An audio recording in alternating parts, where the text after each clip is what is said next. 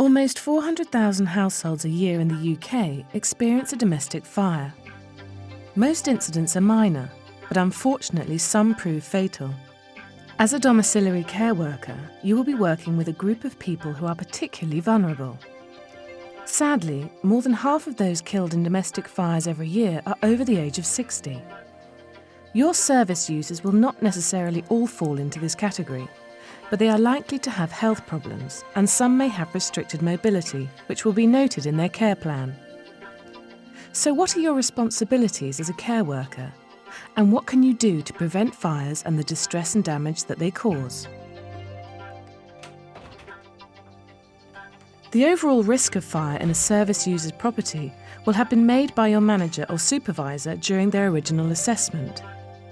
They will have evaluated the risks and decided whether or not existing precautions are adequate.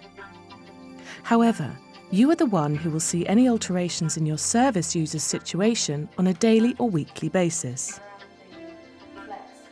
As a domiciliary care worker, you have a legal responsibility under the Health and Safety at Work regulations to be observant and to report any hazards or risks that may affect your own or your service user's safety to your manager. You also have a legal responsibility not to put others at risk as a result of your actions or inactions.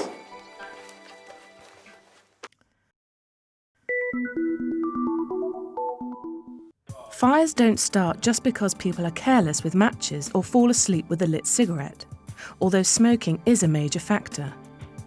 Fires begin when fuel, oxygen and heat are all present in the right quantities.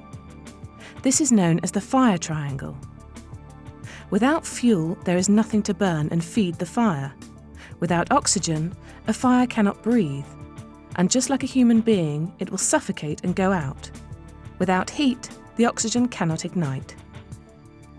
So, if any one of these three elements is taken away, a fire cannot start. Fire prevention is simply a matter of keeping these three elements at a safe distance from each other.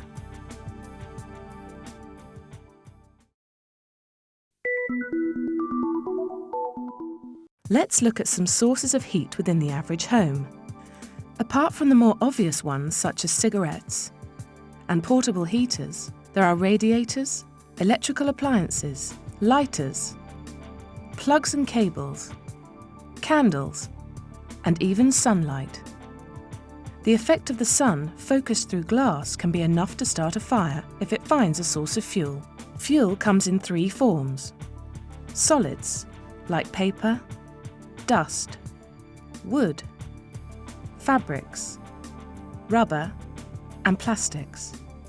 Liquids, like lighter fuel, vegetable oil, paint, some cleaning products, perfume, even nail varnish, and gases, such as propane, butane, and natural gas. Gas is highly flammable, and a gas leak can be extremely dangerous. If you suspect a leak, turn off the gas at the mains. Do not turn on any electrical switches or use any naked flames, and call the gas supplier immediately. Alert your manager if you have any concerns about the use of gas in your service user's home. Oxygen. Well, that's freely available in the air that we all breathe. As you can see from this demonstration, fires will suffocate without oxygen. So if you can limit the free flow of air to a fire, you will help to contain it. In sheltered housing accommodation and many other buildings with communal or public areas, there will be fire doors.